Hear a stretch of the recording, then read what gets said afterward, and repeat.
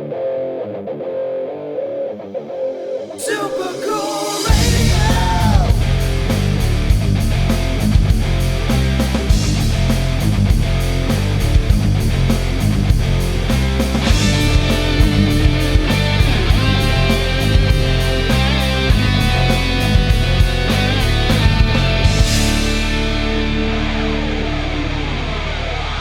Hey everyone, before we jump into the show, I want to tell you about our merch store on Threadless. Shop a wide variety of logos with multiple colors and sizes available for each design. Your support is greatly appreciated and helps us continue to make killer content like this episode. Please visit supercoolradio.threadless.com or the link in the description to shop now. Hello everyone, I am Matthew Thomas. This is Super Cool Radio. I got a great guest with me at this time. He's a legendary drummer who is currently part of an awesome group known as Out of Darkness. Please welcome Brent Smedley. What's happening? Thank you so much for hanging out with me. Very nice to meet you. You too. So before we jump into everything and talk about all things Out of Darkness, fun question to kick this interview off. What has been the best concert you've seen and the best concert you've performed at? Well, the best one I've seen, I would definitely say, is the Dio's Sacred Heart Tour.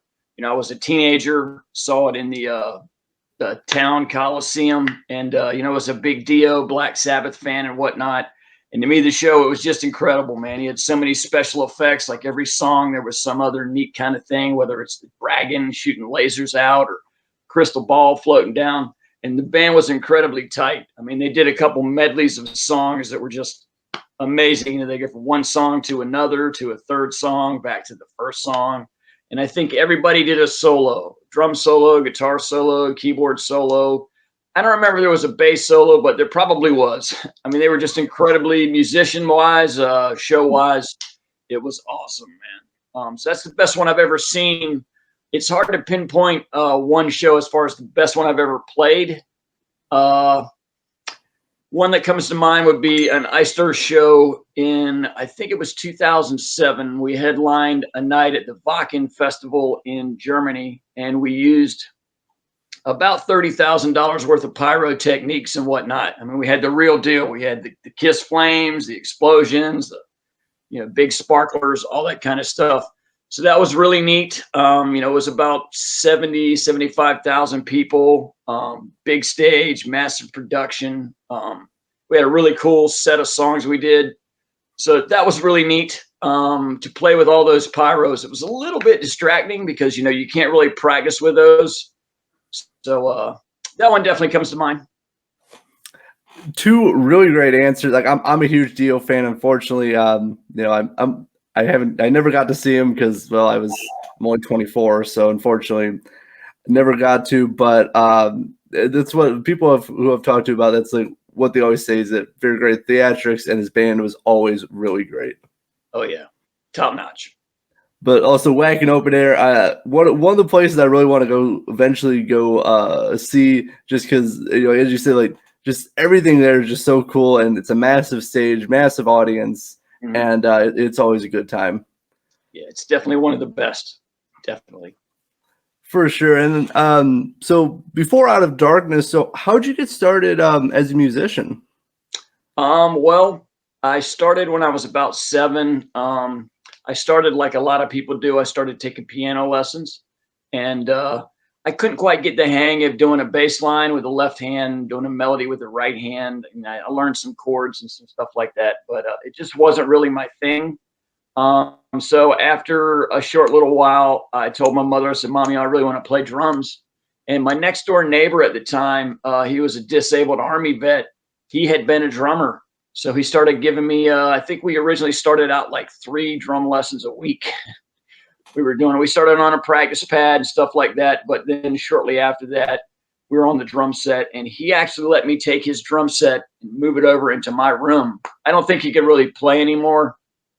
He would have like seizures and stuff like that. But I started with him. I played for a couple of years. And then because I was a little kid, I kind of got disinterested and I got back into it pretty heavily at about 13. Started taking from a guy by the name of Jimmy Glenn Sr. He was a really renowned teacher in my town in Jacksonville, Florida. I took from him for about 4 years, and he encouraged me to get in school band, which I was hesitant to do.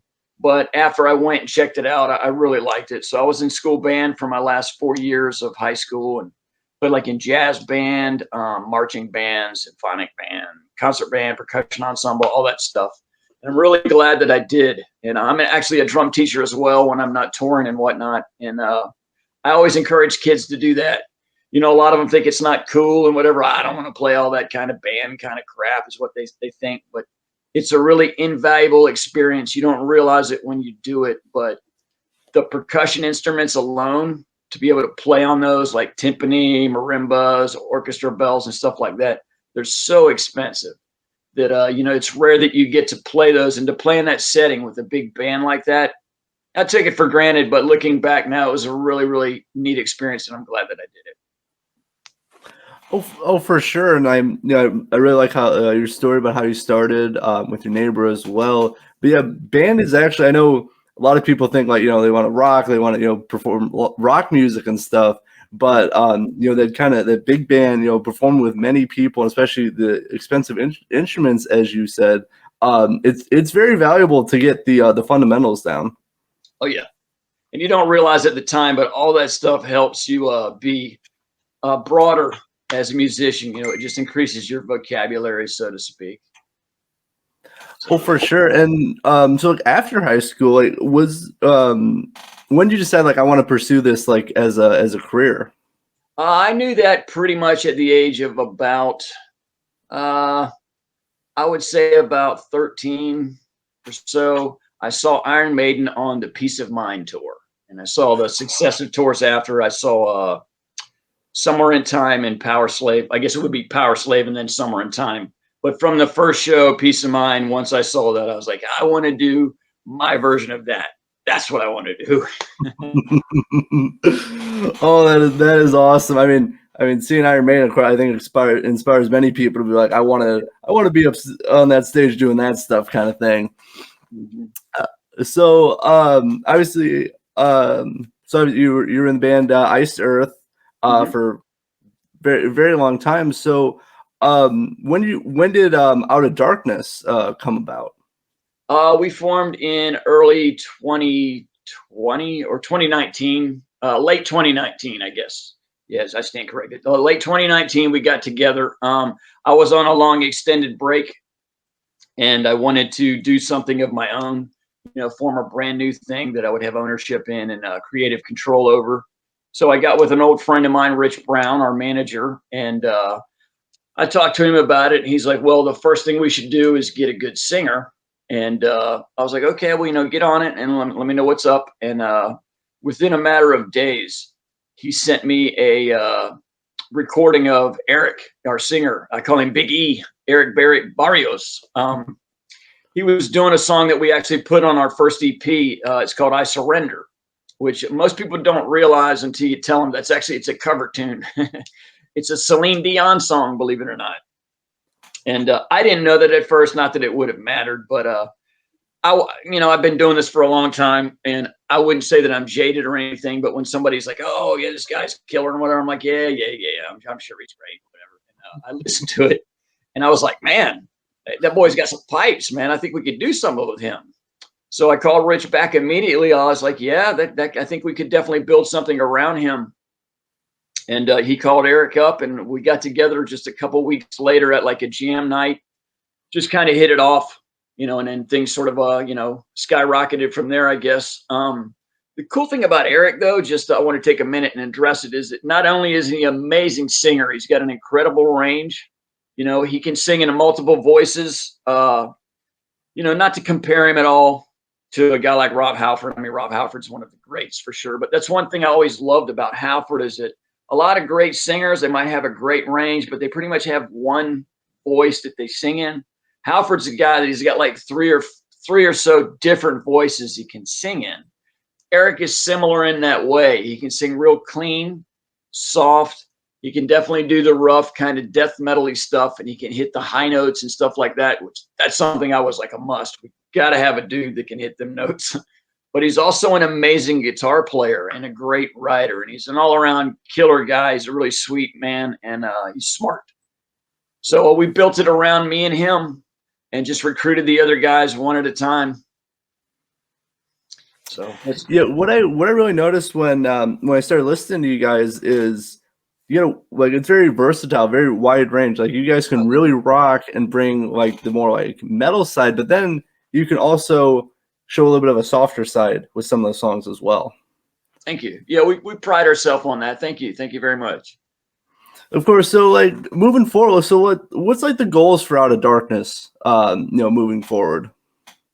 Well, when we first got together, we put out a recording, just an EP. We wanted to do something, fairly quick and get things rolling. And since then, we've done about 40 shows.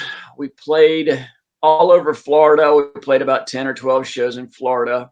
And then we've played up the East Coast about as far as New Jersey, I think, as far as we got up north. And we've gotten over to like Ohio and some places like that. So we wanted to spread it around, of course, by touring. And we made a couple videos. We're just trying to reach as many people as possible and grow the band as big as possible. Right now, we're in the middle of recording our follow-up record. It's actually going to be a full length this time. So we're wanting to make a really killer record. That's pretty much what we're concentrating on right now. Then after that, I would say, securing any kind of good record deal that we can to, help us promote it and distribute it and all that. And then, of course, play everywhere that we can and just sort of grow the band. Those are kind of general goals, I guess, but.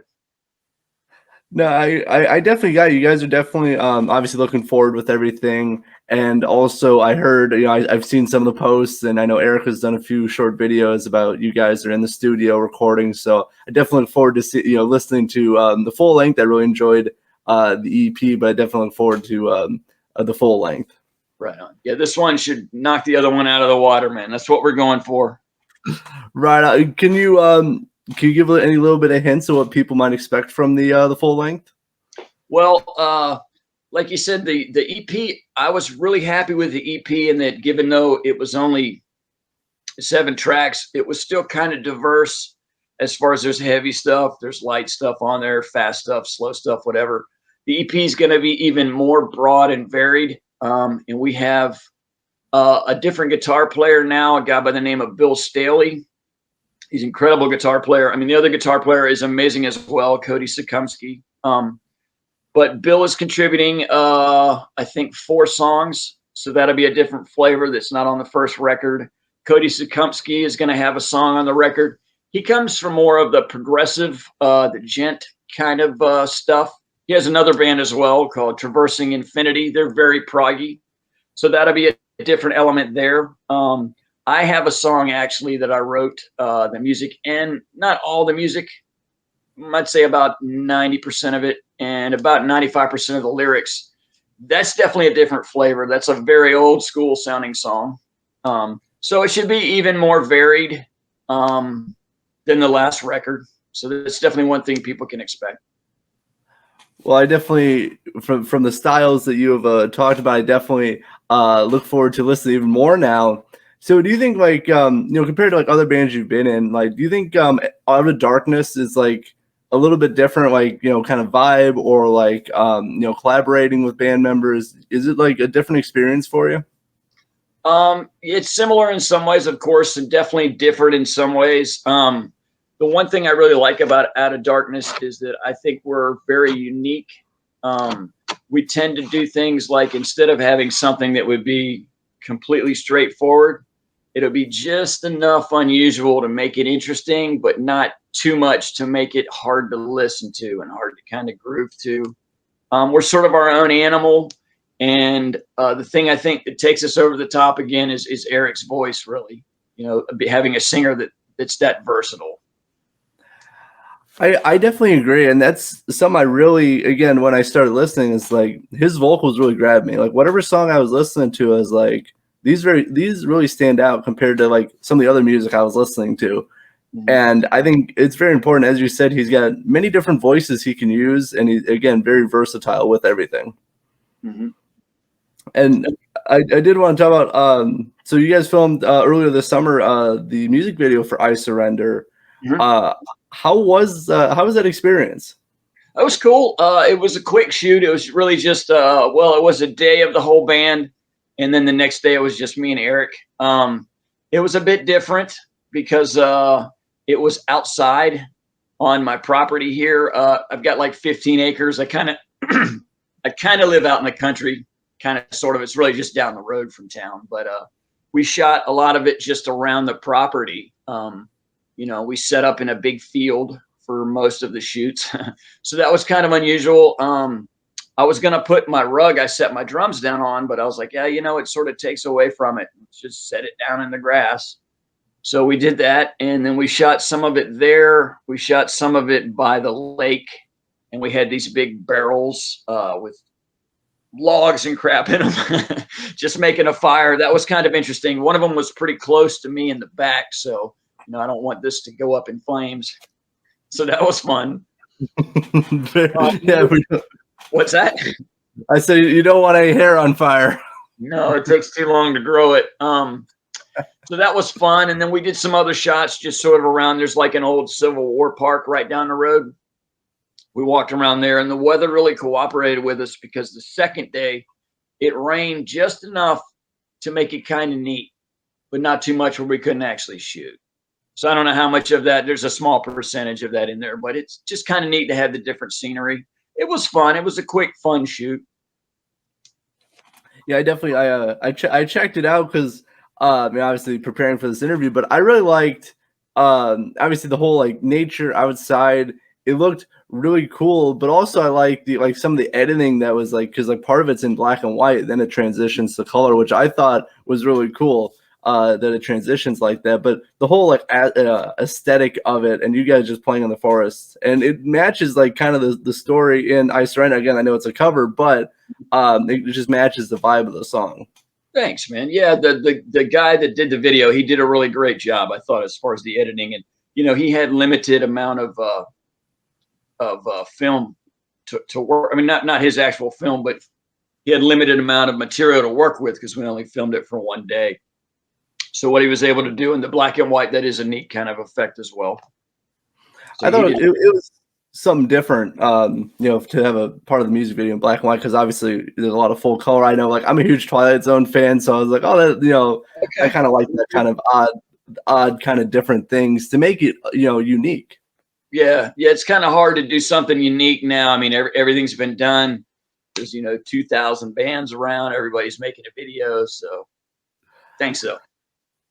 Yeah, for sure. I mean, yeah, there's definitely like everyone's got music on there's just so many bands, as you said, everywhere around the world. So there's always a little aspects you got to do to try to differentiate yourself from everybody else. Yep, something to stick out.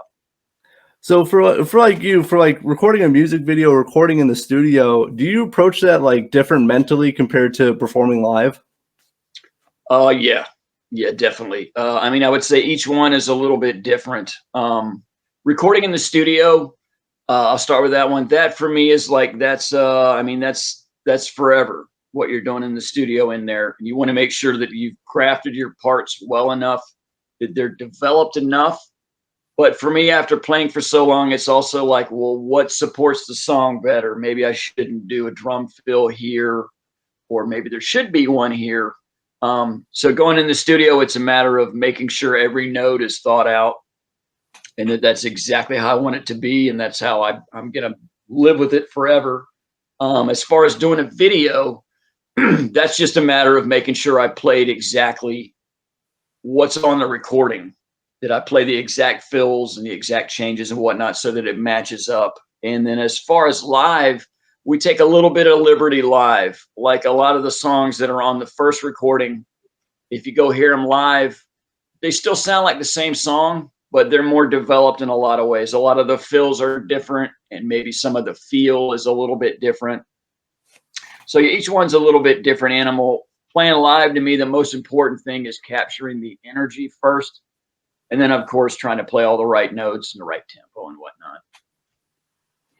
Well, no, definitely, and I kind of incorporate that question in this season because I'm always curious, like, what's people's mindset for, because recording in the studio, recording a music video, and performing live, very different. Obviously, it's the same song, but it's different environments for the same song. Mm-hmm. Exactly. So, and I just go back to the music video real quick because I thought of this because I interviewed another band who performed a music, like they recorded the music video outside. They said they had to play it like a certain way and record fast because they didn't want to wake the neighbors up. Like they had to finish in a certain. So I would assume you didn't have that problem on your property, though. No, I mean we definitely do have neighbors that are within earshot, but the one that's closest that would really hear it, I always sort of give them a heads up and kind of ask their permission. And they've always been really, really cool about it. It's actually a couple of police officers that live. Well, they're retired now, but they've always been really cool about it. They're like, "No, do your thing, man. We'll tell you if it bothers us." I mean, they definitely heard it. He asked me like the next time I saw him, he's like, "Were you guys outside or something?" I was like, "Yeah, we were outside because we did one prior in the barn that I have, and I had asked him about that. And I think that must have been much louder because that's right on the property line. But no, they're real cool about it. And the other neighbors never say anything, so I don't know if they hear it or not. So, no, I was just wondering because I just thought of that. Yeah, so probably I wonder what's going on. It sounds like a band in the woods, right? So obviously, playing outside, kind of unique, even though it was for a music video. What's kind of like the most unique places you performed? Most unique places. Well, I'd go back to Iced Earth again. One that comes to mind is we played a show in Cyprus. We had played there once, and then we went back after that and did a live video. We played in this old amphitheater that they said actually dated back to like gladiatorial times. Like they used to do that kind of stuff there. And it was right on a cliff, like on the Mediterranean Sea. Really cool. We played a long set there too. We played, I think, almost 2.5 or a little over 2.5 hours or something. And they had a massive, well, not massive, but for that area, I guess it was kind of a massive stage, like a tri-level stage they set up. And again, we had like pyro and special effects. Of course, they were kind of scaled down to the size of the place. But that was really neat. They had never done anything like that there before. We had to bring generators and everything like that because there was no electrical capability there. And I think they did one show there after that, like maybe Children of Bodom or something like that. And then they stopped doing shows there because it's right next to like an archaeological find. They found some ruins and they did that thing where they build a building around it so they can excavate it and whatnot. And I think because of the vibrations, some of that stuff was starting to crumble away. So like, well, no more shows here. But that was a really cool show. A neat place. That one comes to mind. I'm trying to think of any others. I mean, I'm sure there's a ton of them. We'll leave it there. No, I got the one you did say sounded amazing and just really cool and very unique to have a show there. Yeah, it was neat. It was outside too, so amphitheater. Nice. Yeah. No, that's really cool. Again, there's so many cool places around the world, that people perform music. And again, that's why I was just curious. I know you've performed many shows with your lengthy music career. Mm. So as I'm wrapping up this interview, I do got one more thing. So for you, as you said, you are a drum instructor. So like, what's like the best advice for up and coming musicians? I would say practice. Make sure that you hone your craft. Be realistic about your expectations and your timeline that you're projecting as far as where you want to be with it, what you want to do with it. And I mean, a couple of things that kind of apply to just about anything in life. You're going to get out of it what you put into it. If you're working on it every day and you're busting ass on it, then you should get somewhere with it. Make sure you surround yourself in a band situation. Make sure you surround yourself with like-minded people that have the same goals in mind.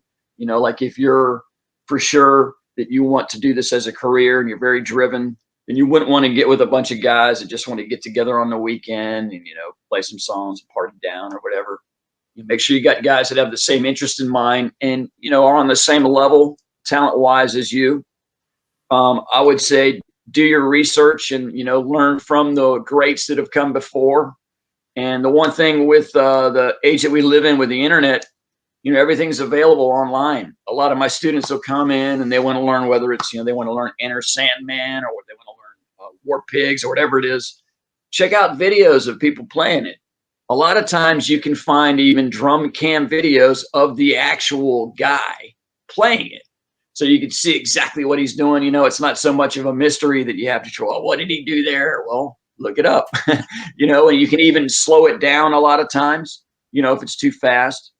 I guess that's kind of a broad answer, but I would just, the key really is to practice. Don't expect to be great immediately, put in practice time. And I always recommend lessons. A lot of people are like, I don't want to take lessons. It's going to cramp my style. To me, that's a cop out. You know what I mean? Why not take lessons? I did. A lot of guys did. I mean, a lot of great drummers didn't. But, why not do that if you can? Get out and see as many drummers, as many shows as you can. And as you're getting your thing going, your band going, get out and get in the mix. If there's a cool local scene, get out in it, check bands out, try and hook up with another band, have an ally, strength in numbers. And then as you go to say, search for a record deal, do your research. If you guys sound like, just to throw examples out there, if you sound like Judas Priest or Metallica, find out what record labels those bands are on. Contact those people, see if they're interested. If they're not, see if they can give you a reference. I would say stick to it. Consistency is the consistency of purpose is the key to success. Don't give up that first time. A lot of bands, like I think Twisted Sister played for 10, 20 years before they got signed. A lot of band only takes one company to say yes and believe in you. So those are some of the things. I really like everything that you said. It's some very great advice for any musician up and coming. That was very good. I really appreciate it. And as I close out this interview, so what are your plans to end 2022 and into 2023? Well, we're looking to try and wrap up this record. That's really my focus right now. With Out of Darkness is to wrap up the recording. We've got 5 songs pretty much in the can. They're not completely done. I'd say they're about 85, 90% done. And then I'm going in just a couple weeks, November 17th. I'm going to go in and start tracking 5 more. So I want to get all my parts wrapped up and then get as much of the rest of the vocals, the guitar, the bass, whatever else needs to be done. Get as much of that wrapped up as we can. I think we're playing this Saturday in Orlando, and then we're not playing again until February. So we're pretty much focused on just wrapping up the recording and then doing whatever else we need to. Well, right on. I hope the album, everything goes good for that. I hope you have a great show in Orlando. And if anyone's interested, where can they find Out of Darkness online? outofdarkness.live. That should get you just about anywhere. And of course, we have Facebook. There's an Instagram. I think there's even a Twitter. I don't know if a couple of the other guys handle that. I think there might even be like a TikTok. But we're on all the music apps or whatever, Spotify, Apple Music. We're on all of those. And we have our own YouTube channel as well. But outofdarkness.live, that should get you just about anywhere that you need to go. And you can find our merchandise, our shirts, our CDs, and all that kind of stuff there. Well, right on. I'm going to drop some links for Out of Darkness in the description of this podcast. Please check out Stream Support. Give a like to Out of Darkness. Check out the new album that they're currently working on when they release it. But Brent, it was really awesome to meet you. Thank you so much for the fun interview. Thank you, man. Thanks for your time, man. Of course, and for Deadly Smedley of Out of Darkness, I'm your host as always, Matthew Thomas. Thank you so much for watching and listening to Super Cool Radio. And remember, stay frosty. Right on.